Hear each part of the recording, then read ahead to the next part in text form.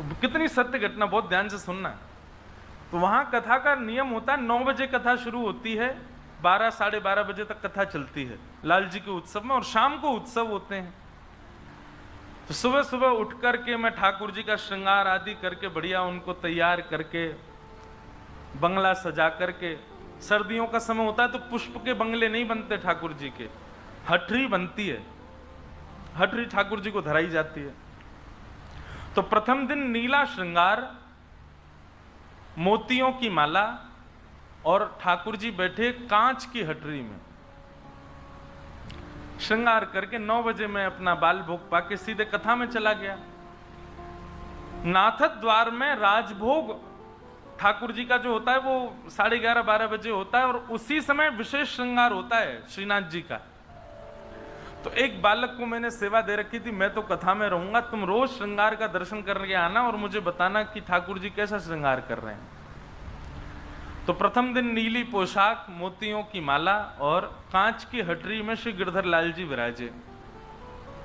कथा हुई। कथा के उपरांत में जैसी मंच से उतरने लगा तो वो बालक, उनका मैंने हाथ पकड़ा, मैंने कि तुम दर्शन करके आए? बोले हाँ, मंदिर का प्रसाद दिया। मैंने कहा कैसा श्रृंगार है आज श्रीनाथ जी का? बोले महाराज जी नीली पोशाक है, मोतियों की माला है, कांच की हटरी में श्रीनाथ जी विराज रहे हैं। अरे मैंने कि तुम गिरधर लाल जी का मत बताओ, ये बताओ श्रीनाथ जी का। बोले मैं श्रीनाथ जी का बता रहा हूं। मैंने कहा सच बताओ, श्रीनाथ जी का श्रृंगार? बोले हाँ। तो प्रथम दिन इतना आनंद हुआ, लेकिन वहां नियम है कि राजभोग के बाद फिर हटरी आदि जो है वो बढ़ा देते हैं, तो शाम के दर्शन में दर्शन नहीं होता। मैं शाम को जाता था तब ठाकुर जी सहज भाव से मिलते थे। मैंने कहा लाल जी बड़ी कृपा करी, आज तो आपने हमारी सेवा स्वीकार कर ली है। दूसरे दिन मैंने ठाकुर जी का, श्री गिरधर लाल जी का श्रृंगार भया और हमने घटा का श्रृंगार किया। घटा का श्रृंगार कैसा होता है? पिछवाई भी उसी रंग की, पाग भी उसी रंग की, पोशाक भी उसी रंग की, मुजरी भी उसी रंग की, मसनद भी उसी रंग की, चौकी का जो नीचे की ठाकुर जी की गद्दी होती है वो भी उसी रंग की, नीचे खंड सब एक ही रंग होगा ऊपर से नीचे तक। केवल ये सांवला सांवला दिखेगा, बाकी कुछ नहीं दिखेगा। उसको घटा का श्रृंगार कहते हैं। तो हमने बैगनी घटा का श्रृंगार किया श्री गिरधर लाल जी का, पूरी सब घटा बैगनी बैगनी बैग, सब जगह बैगनी से।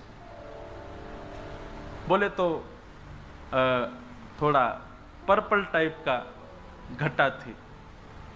श्रृंगार करके मैं चला गया कथा करने। कथा करके मुझे लगा एक दिन मैच हो गया। दूसरे दिन जब उतर करके गए तो हमने उससे पूछा, मैंने हाँ भाई आज श्री ठाकुर जी का श्रृंगार कैसा? अच्छा वो गिरधर लाल जी का दर्शन बाद में करता था, मैं लाल जी श्रीनाथ जी का दर्शन बाद में करता था।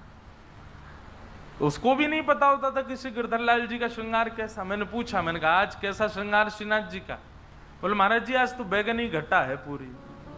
और उसने जब बैगनी घटा बोली, आप विश्वास नहीं मानेंगे, मेरे हाथ पांव कांपने लगे। मैंने कहा सच में बैगनी घटा है? बोले हाँ। अब तो नेत्रों में सजलता होने लगी, मानो ऐसा लगने लगा कि अब कोई बात ना करे मुझसे, मैं एकांत में थोड़ी देर रहूं।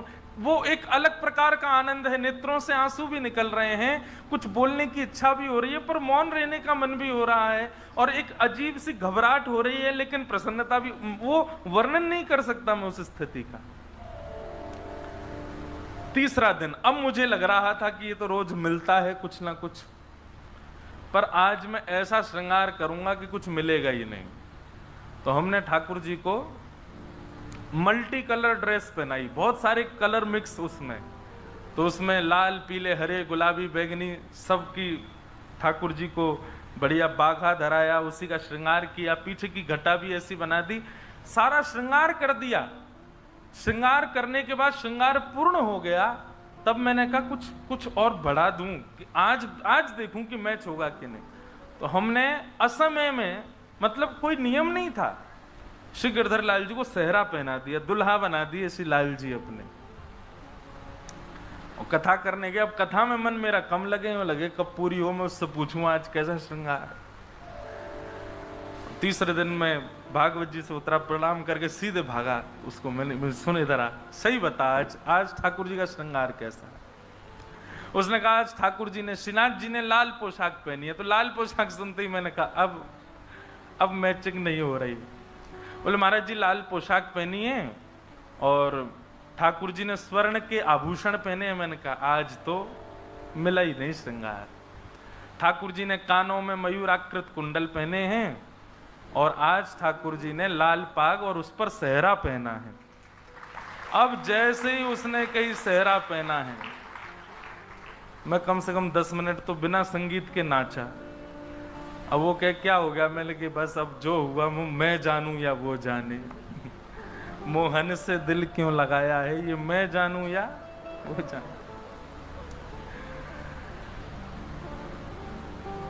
तब से मेरा ये नियम है, मैं कहीं भी जाता हूं ना, थोड़ा कुछ तो सोच के जाता हूं पहले से। लेकिन इसमें एक बात है, आपके दर्शन की उत्सुकता इतनी बढ़ जाएगी क्योंकि आप पहले विचार कर चुके हो कि ऐसा कुछ श्रृंगार होगा। तो आप जैसा दर्शन करोगे ना, वो भूल नहीं सकते आप उस दर्शन को। दूसरी बात, अगर कहीं से भी मिल गया आपका मन का भाव तो अत्यंत प्रसन्न, बस अभिमान मत आने देना चित्त में। और तीसरी बात, यदि आपका श्रृंगार जो जैसा विचार किया ना मिले, ठाकुर जी से ना मैचिंग खावे, तो फिर बहुत रोना भी आ सकता है, तो बहुत निराशा भी हो सकती है।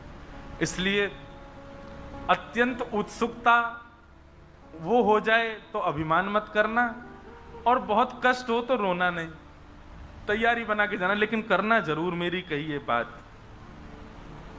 और ये पता है, सब जगह कुछ ना कुछ किया करो।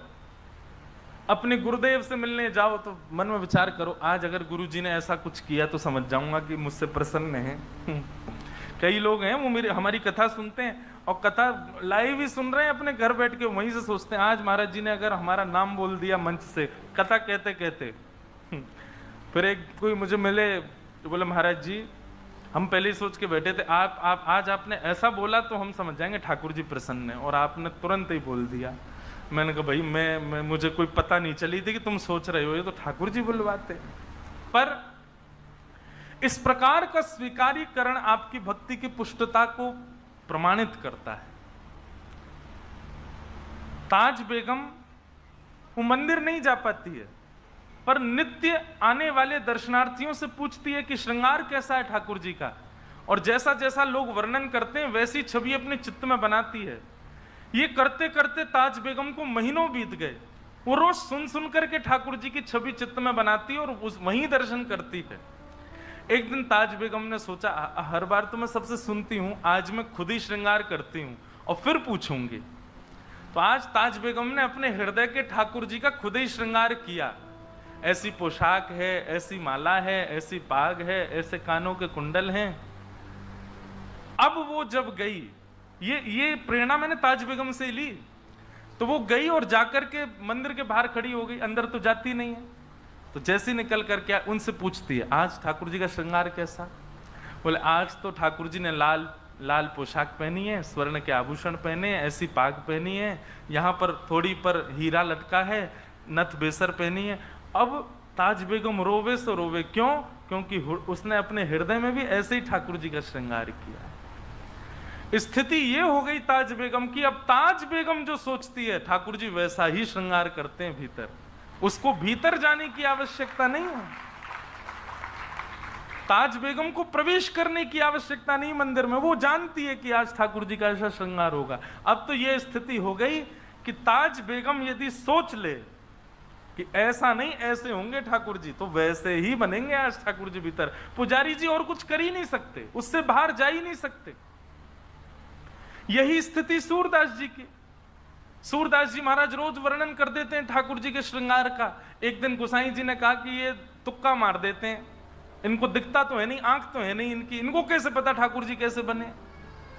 तो ठाकुर जी को एक कौपीन पहना दी, गले में मोतियों की माला पहना दी, और कुछ पहना ही नहीं। आज ठाकुर जी निर्वस्त्र खड़े कर दिए। सूरदास जी से बोले अब बताओ ठाकुर जी कैसे लग रहे हैं? बोले पीतांबरी बोल देना ये तो सामान्य बात है, ठाकुर जी पीतांबरी पहनते ही हैं। सिर पर पाग बोल देना, कभी मुकुट बोल देना, ये तो सामान्य बात है, क्योंकि पाग और मुकुट के अलावा कुछ पहनते नहीं है। आज बताए सूरदास क्या पहना है ठाकुर जी ने, क्योंकि सूरदास ठाकुर जी तो आज निर्वस्त्र खड़े हैं। नेत्र है नहीं सूरदास जी के। जैसे कपाट खुले श्रीनाथ जी के, सूरदास जी पहले तो मुंह पे हाथ धर के खूब हंसे। गोसाई जी बोले क्या हो गया, आज कैसे लग रहे हैं ठाकुर जी? आज तो बहुत प्यारे लग रहे हैं। बताओ तो सूरदास कैसे लग रहे हैं? नेत्र नहीं है सूरदास जी के। सूरदास जी कहते हैं, मोतन माल गले उर साजे, छवि के उठत तरंगा, आज हरि देखे नंगम नंगा, आज हरि देखे नंगम नंगा। सबके नेत्र सजल हो गए जब सूरदास जी ने वर्णन किया। नेत्रों की आवश्यकता नहीं है ठाकुर जी को देखने के लिए भैया, प्रेम की आवश्यकता है, अंतर हृदय में भाव की आवश्यकता है। कानों की आवश्यकता नहीं है ठाकुर जी की कथा सुनने के लिए, भाव की आवश्यकता है। जीव की आवश्यकता नहीं है ठाकुर जी की कथा गाने के लिए, भाव की आवश्यकता है। ताज बेगम कहती है, सुनो दिल जानी मेरे दिल की कहानी, तेरे हाथ हूँ बिकानी, तेरे हाथ हूँ बिकानी, बदनाम भी सहूंगी, सुनो दिल जानी। देव पूजा ठानी में नमाज हूँ भुलानी, तज कलमा कुरान तेरे गुणन गहूंगी मैं, सुनो दिल जानी मेरे दिल की कहानी, तेरे हाथ हूँ बिकानी, तेरे हाथ हूँ बिकानी, बदनाम भी सहूंगी, सुनो दिल जानी। सांवला सलोना सिर ताज सिर कूले दिए, तेरे नेह दाग में ने दाग हूँ गधूंगी मैं, सुनो दिल जानी मेरे दिल की कहानी। नंद के कुमार कुर्बान तेरी सूरत पे, नंद के कुमार कुर्बान तेरी सूरत पे, हूँ तो मुगलानी हिंदुआनी हो रहूंगी मैं, सुनो गुल जानी मेरे दिल की कहानी, तेरे हाथ हूँ बिकानी, तेरे हाथ हूँ बिकानी, बदनाम भी सहूंगी, सुनो दिल जानी। ये प्रसंग क्यों सुनाया मैंने कि वही ताज बेगम जब वृंदावन जाती है तो उसको भीतर मंदिर में जाने की आवश्यकता नहीं है, वो केवल वृंदावन को भजती है और वृंदावन की कृपा से ठाकुर जी मंदिर के बाहर तक दर्शन दे देते हैं उसको, बाहर नहीं अंतस्थ में। और वृंदावन जब कृपा करता है ना बंधुओं, तब वृंदावन की कृपा से आपको साधन की आवश्यकता नहीं होती।